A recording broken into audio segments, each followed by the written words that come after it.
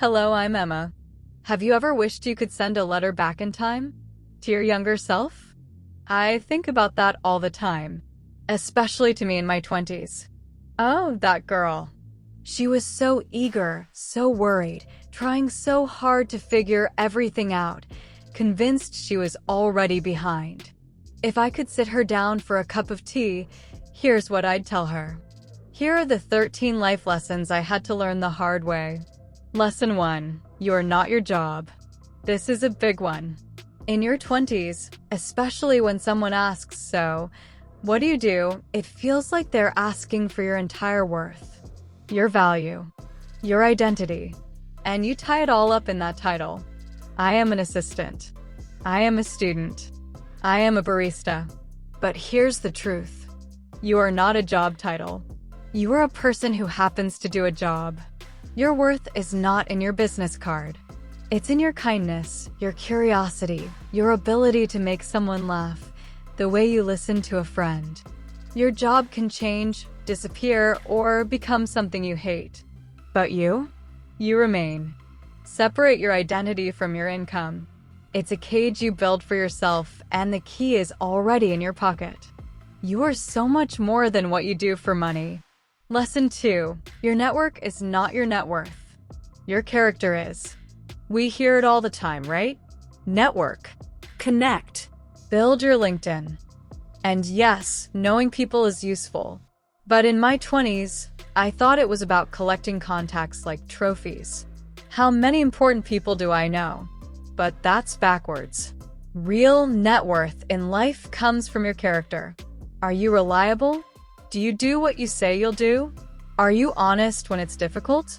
Do you help someone when there's nothing in it for you? That reputation, the reputation of being a good, solid, trustworthy person, is the most valuable currency there is. It opens doors you didn't even know existed, and it opens them because people trust you, not just because they know your name. Build your character like it's the most important project of your life. Because it is. Lesson 3. The goal is not to find yourself. It's to create yourself. Oh, the pressure to find yourself. It makes it sound like you're lost, and the real you is just hiding somewhere, maybe behind a bush or in a fancy job in another city. And you have to go on this big journey to find it. That's a myth. You are not a finished painting hidden under a cloth. You are a blank canvas, and every day, you pick up the brush. You are not finding yourself. You are creating yourself. With every choice, every book you read, every skill you try to learn, every kind word you choose instead of a cruel one, you are building yourself, piece by piece. So stop waiting to discover who you are. Decide who you want to be, and start acting like that person. The feelings will follow. Lesson 4. Failure is not the opposite of success. It's a part of it. We are so terrified of failing. In our 20s, it feels like a permanent stain. A bad grade, a rejected job application, a relationship that ends. It feels like a sign that says not good enough. But failure is just data. It's information. It's the world's way of saying, okay, that particular path had a hole in it. Try a different way. Every single successful person you admire has a history of failures. They just didn't stop. They learned. They adjusted. They tried again. Think of it like learning to walk. A baby falls down dozens, hundreds of times. We don't call the baby a failure. We say, look, they're learning to walk. Give yourself that same grace. Fall down. Get up. That's the whole process. Lesson 5. You cannot think your way into a new life. You must act your way into new thinking. This is a psychology gem I wish I'd understood. In my 20s, I'd get stuck in my head. I wanted to be more confident. So I'd sit and think, okay, how do I feel more confident? I'd wait for the feeling to magically arrive. It never did, because it works the other way around. If you want to be confident, you start by acting confident. Stand up straight. Speak clearly. Make eye contact. The action comes first. And then your brain sees you doing these things and goes, "Oh, we are doing confident things. I must be feeling confident." And the feeling follows. Don't wait to feel motivated to start a project. Start the project and motivation will often come find you. Action is the engine. Feeling is just the passenger. Lesson 6. The quality of your life is the quality of your questions. The questions you ask yourself shape your entire world. If you go through life asking, "Why does this always happen to me?" or "Why am I so unlucky?" your brain will obediently find all the evidence to prove you are a victim. It's like a search engine. Ask a bad question, get a bad answer. But if you change the question, everything changes. Instead of, "Why does this always happen to me?" try asking, "What can I learn from this situation?" Or, "What is one small thing I can control right now?" Suddenly, your brain starts looking for solutions, for lessons, for power. The world hasn't changed, but your focus has. And your focus determines your reality. So be very, very careful about the questions you ask in the quiet of your own mind. Lesson 7. Love is not something you find. It's something you build. We grow up on stories of finding the one, as if there's a perfect person out there, a missing puzzle piece, and your job is just to locate them. Then everything is easy. That's a fairy tale, and a dangerous one. Because when you find a real, human person with flaws and bad days, you think you made a mistake. This can't be my person. Look, this puzzle piece is jagged. Real love is not a discovery. It's a daily construction project. It's choosing to be kind when you're tired. It's choosing to listen when you'd rather talk. It's building trust, brick by brick, over years. It's about creating something with someone, not just finding something ready-made. Look for a builder, not just a finder. Lesson 8. Your peace is more important than being right. How many arguments did I get into in my 20s? Online, in person, oh, so many. I had to prove my point. I had to win. I needed everyone to know I was right. And I'd walk away from those arguments with my heart pounding, my stomach in knots. I was right. So, why did I feel so terrible? Because I traded my peace for a victory that meant nothing. Is it more important to win a comment section battle, or to go to bed with a calm mind? Is it more important to prove your point to your cousin about politics, or to enjoy the family dinner? You can be right, and you can be miserable. Or you can let go and be at peace. Choose peace. It's a better home to live in. Lesson 9.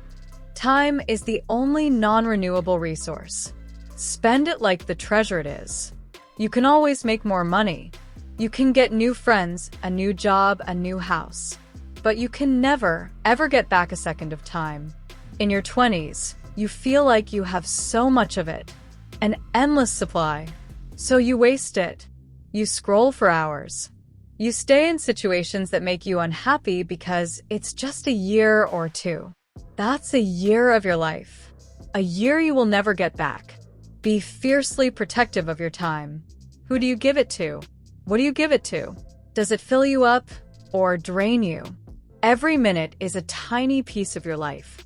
Don't just give it away to anyone or anything that asks for it. Spend it on people you love. Spend it on learning. Spend it on quiet moments. It's the most expensive currency you have. Lesson 10. Your body is not an ornament. It's the instrument you play your life on. I spent so many years of my 20s at war with my body, criticizing it, trying to force it to look a certain way, treating it like a decoration that wasn't quite right. What a waste. Your body is not a picture on a wall. It is the horse you are riding across the plains of your life. If you don't take care of the horse, if you don't feed it good food, let it rest, let it move and stretch, the journey becomes miserable. You can't enjoy the scenery if you're in constant pain. You can't focus on your dreams if you're always tired. Be kind to your body. Move it in ways that feel good. Feed it food that makes it strong. Listen to it when it's tired. You only get one. Take care of the instrument, and the music of your life will be so much sweeter. Lesson 11. The most dangerous stories are the ones you tell yourself. Inside your head, there's a narrator, and that narrator is telling the story of your life. I'm not the creative type. I'm bad with money. People always leave. I'm just unlucky. We believe these stories because the narrator sounds like us. But that narrator can be a liar. It's often just repeating old fears, things someone said to you once. And you start to live as if the story is true. You avoid creative projects. You ignore your bank account. You push people away before they can leave. You see? The story creates the reality. The first step to changing your life is to catch the narrator in the act. Hear that story, and then gently change the channel. Write a new story. I am learning to be creative. I am becoming good with money. It feels silly at first, but soon you start to live into that new story. Be the author of your life, not just the reader. Lesson 12. Clarity comes from engagement, not from thought. This one is huge. We think, I need to have it all figured out before I start. I need to know my perfect career path, my perfect life plan. So I'll just sit and think about it. For years. But you can't think your way to clarity about a path you've never walked. It's like trying to choose your favorite food from a menu of dishes you've never tasted. The only way to know is to taste them.